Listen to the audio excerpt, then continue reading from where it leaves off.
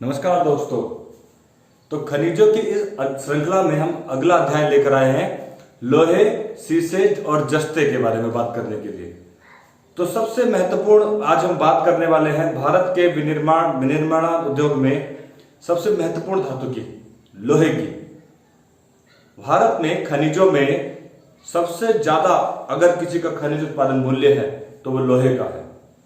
अब आप कहेंगे कि महंगे धातु तो सोना है, पर सोना भारत में कोलार और हट्टी के अलावा कहां मिलता है? कर्नाटक में। सबसे महंगी धातु आप यूरेनियम को कहेंगे तो वो मात्र जादूगोड़ा की खान में है, जो झारखंड में है। मात्रा के आधार पर आप देखें तो भारत में सबसे ज्यादा लोहा ही होता है, और भारत अपना लोहा विदेशों को निर्यात भी करता है, और विदेश से जापान को भारत अपना लोहा निर्यात करता है। वैसे पूछा जाता है परीक्षा में, सबसे ज्यादा लोहा भारत किसको निर्यात करता है? जापान को। और जापान बदले में उसका स्टील बना के भारत को ही होंडा, हीरो होंडा, बुलेट, तमाम चीजें वो देता है, जबकि जापान में इतना लोहा नहीं होता। मतलब भारत अपने लोहे का सही इस्तेमाल नहीं कर पाता।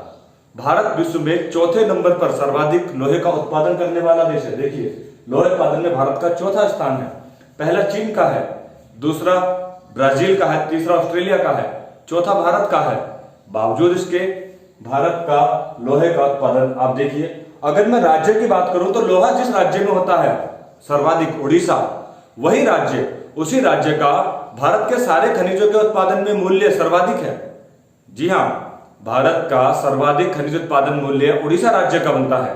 मगर दूसरा पहलू भी आप जान लीजिए, भारत का सबसे गरीब राज्य भी उड़ीसा है। बड़े फैक्चुअल बातें हैं, हम लोहे के बारे में आज बात कर रहे हैं। लोहा वास्तव में जब हमें खनिजों के रूप में मिलता है तो पूर्ण लोहा नहीं मिलता, उसमें लोहांश होता है, पत्थर होता है। उसमें हम ये चेक करते हैं कि लोहे की मात्रा कितनी है उसमें। लोहे को लोह अयस्क से अलग किया जाता है, प्योर लोहे को, और हम इस लोह अयस्क को 4 भागों में विभाजित करते हैं, जिनमें सबसे शुद्धतम माना जाता है मैग्नेटाइट। मैग्नेटाइट लोह अयस्क में तकरीबन 72%, 70% से अधिक लोहे की मात्रा होती है। ये मैं उस पत्थर की बात कर रहा हूं जहां से हम लोहा निकालते हैं। इसका कलर काला होता है, बिल्कुल ये काला कलर का होता है मैग्नेटाइट, और ये भारत में कम पाया जाता है। भारत में द्वितीय कोटि का लोहा जो हेमेटाइट है वो सर्वाधिक मात्रा में पाया जाता है। मैग्नेटाइट लोहा भारत के दक्षिणवर्ती राज्यों में मिलता है। मैं आपको दिखा दूं, मैंने उन राज्यों के आगे टिक लगा रखा है, उन क्षेत्रों के आगे, उन खानों के आगे जहां पर लोहा मिलता है। ये लोह अयस्क जो उच्चतम क्वालिटी का है, जो काले रंग का है, जिसमें तकरीबन 72% लोहांश है, वो आपको गोवा, कुद्रेमुख जो कर्नाटक में है, बड़ा प्रसिद्ध है, यहीं से न्यू मैंगलोर जो बंदरगाह है, वहां से ये लोहा ईरान को ट्रांसफर किया जाता है पश्चिम एशियाई देशों में। कोझिकोड केरला में है और सलेम तमिलनाडु में है। ये वो क्षेत्र है जहां पर उच्चतम क्वालिटी का लोहा मैग्नेटाइट हमें मिलता है। द बेस्ट क्वालिटी मैग्नेटाइट यहां पर आपको मिलेगी, लेकिन भारत में सर्वाधिक मात्रा में जो लोहा मिलता है वो हेमेटाइट। मैग्नेटाइट का सर्वाधिक उत्पादन कर्नाटक में होता है। उच्चतम क्वालिटी का जो लोहा है, इसका सर्वाधिक उत्पादन कर्नाटका में होता है, फिर आंध्रा में। अब जो क्वालिटी भारत में सर्वाधिक मिलती है हेमेटाइट, वो कहां पर होता है? वो वहीं पर होता है जहां पर लोहा अयस्क सबसे ज्यादा होता है, क्योंकि इसकी मात्रा ज्यादा है। ये उड़ीसा के क्षेत्रों में पाया जाता है। आप जो काले रंग का देख रहे हैं, सारा क्षेत्र लोहे से संबंधित है। भारत का रूर यानी कि छोटा नागपुर का क्षेत्र लोहे और कोयले की दृष्टि से बड़ा संपन्न है। न सिर्फ लोहे और कोयले की दृष्टि से, अन्य खनिजों के दृष्टिकोण से भी ये बड़ा महत्वपूर्ण है। इन्हीं के आसपास स्टील प्लांट बनाए जाते हैं।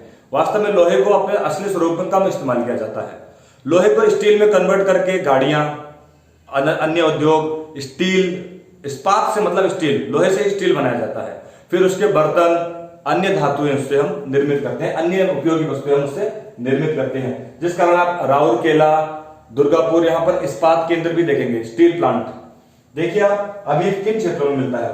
उड़ीसा का क्योंझर जिला, और क्योंझर जिला चूंकि उड़ीसा के उत्तर में है, यहीं पर छोटा नागपुर है। उड़ीसा का क्योंझर जिला और झारखंड का दक्षिणी यानी कि इलाका सिंह भूमि जिला, झारखंड का दक्षिणी, उड़ीसा का उत्तरी क्योंझर, इस इलाके को मैं जोड़ दूं तो ये बराम ज्यादा समूह कहलाता है।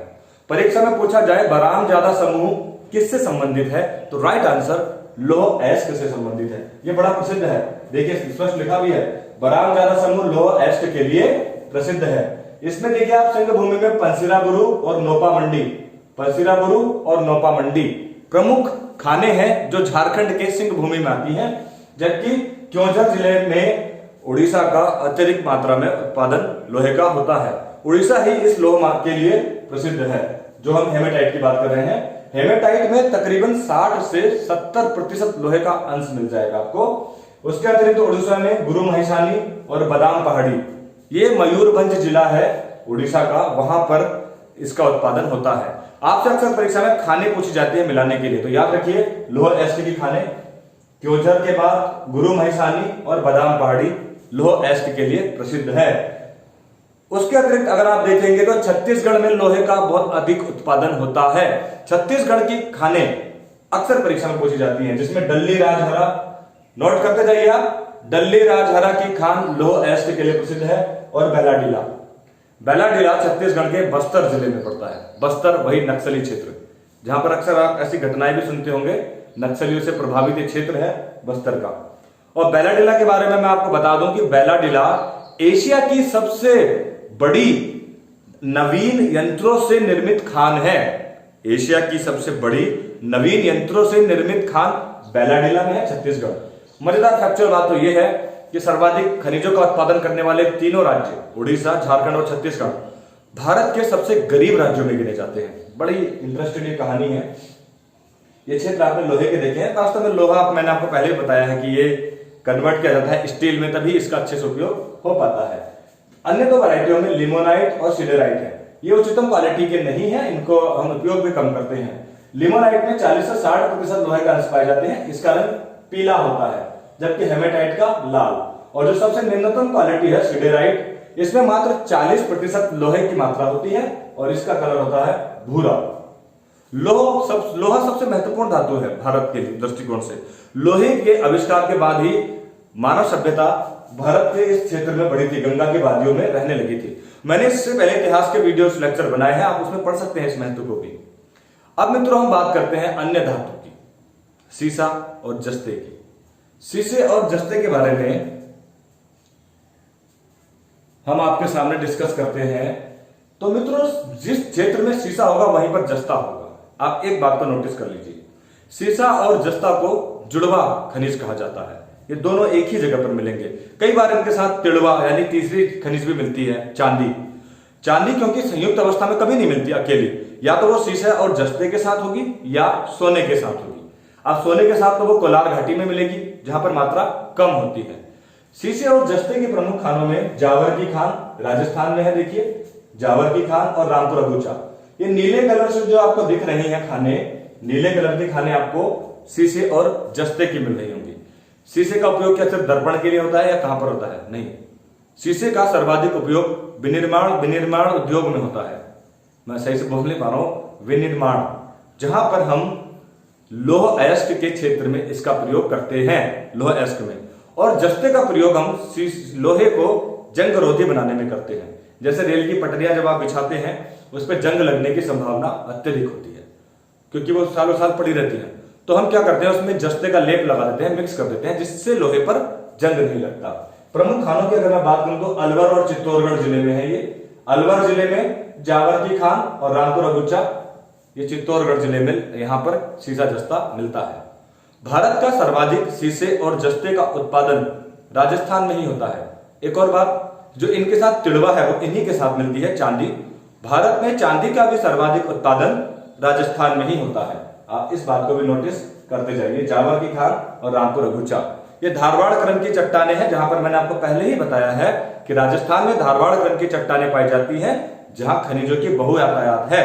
तीन ही क्षेत्र हैं जहां पर खनिजों की बहु यातायात आपको मिलेगी, छोटा नागपुर का क्षेत्र, कोलार घाटी के आसपास का क्षेत्र और अरावली का क्षेत्र। इन तीनों पर ही धारवाड़ क्रम की चट्टाने मिलती हैं। अब मैं बात करूं अगर सीसे जस्ते की, सीसे जस्ते के अन्य महत्वपूर्ण खाने जो परीक्षा में सर्वाधिक पूछी जाती है, भोटांग और पाचेय खानी। भोटांग और पाचेय खानी इसलिए पूछी जाती है क्योंकि यह पूर्वोत्तर भारत में है, यानी कि सिक्किम में है। सिक्किम में होने के कारण इन खानों का अत्यधिक महत्व हो जाता है। भोटांग और पाचेय खाने की जो खाने हैं परीक्षा में पूछी जाती हैं, ये किससे संबंधित है? तो आपका उत्तर होगा ये सीसे और जस्ते से संबंधित है। तो मित्रों ये आपने पढ़ा, सीसे का तकरीबन 50% उत्पादन अकेला राजस्थान करता है, नंबर 1। और जस्ते का तो 92 लगभग 92% उत्पादन राजस्थान करता है। इसका मतलब राजस्थान का इस क्षेत्र में कोई मुकाबला नहीं है। अब हम बात करते हैं मित्रों एक और तीसरी खनिज की। तीसरा खनिज है तांबा। मनुष्य द्वारा खोजा गया सबसे पहली धातु, जिसका आपने खेतड़ी का जिक्र सुना होगा, इतिहास में भी काफी प्राचीन खान है खेतड़ी की। खेतड़ी की खान आपने सुना ही होगा, जो यहां पर आपको दिख भी रही है। खेतड़ी झुंझुनू जिले में है राजस्थान के। और खोदा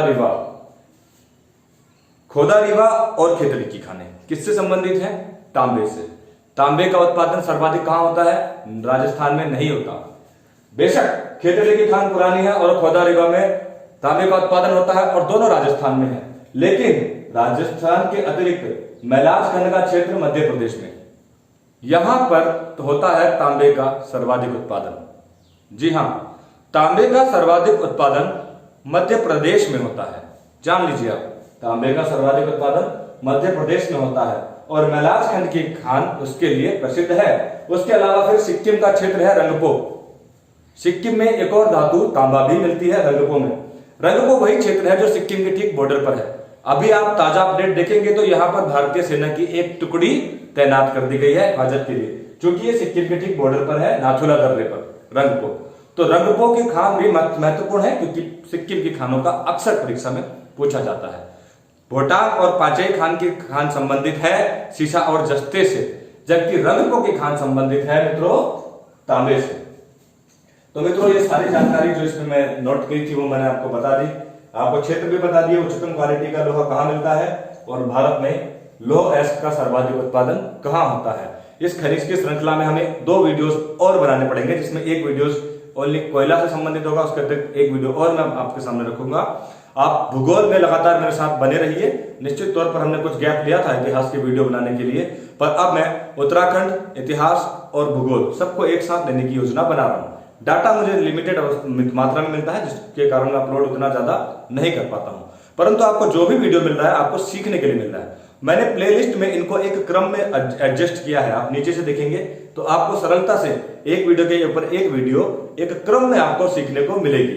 तो मित्रों आपको ये वीडियो कैसी लगी हमें जरूर बताइए और कमेंट बॉक्स में हमें जवाब दीजिए कि अभी हमें किस विषय पर और वीडियो बनानी है। आपकी सलाह पर ही मैं वीडियोस बनाता रहूंगा। ये वीडियो आपको कैसा लगा हमें जरूर बताइए। धन्यवाद मित्रों।